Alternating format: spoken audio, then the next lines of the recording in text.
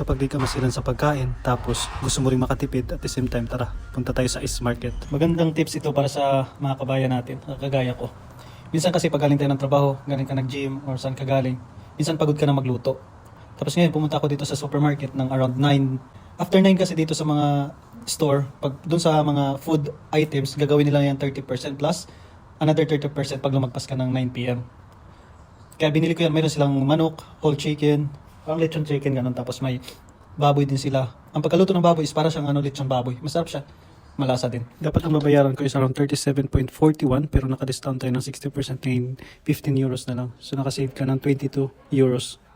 Makikita nyo, minus 60% lahat yung nanabili ko. Nakalagay dyan is 30% lang siya, yung naka-display. Plus, pag lumagpas ka ng 9 p.m., automatic may 30% additional yan. Yan yung dinala ko sa bahay, tapos yan is kinain ko ng dinner, tapos yung the rest is binaon ko kinabukasan kasi may school. Gusto ko namang mapaiba yung food. Tapos sinare ko sa mga classmate ko, nasarapan din sila.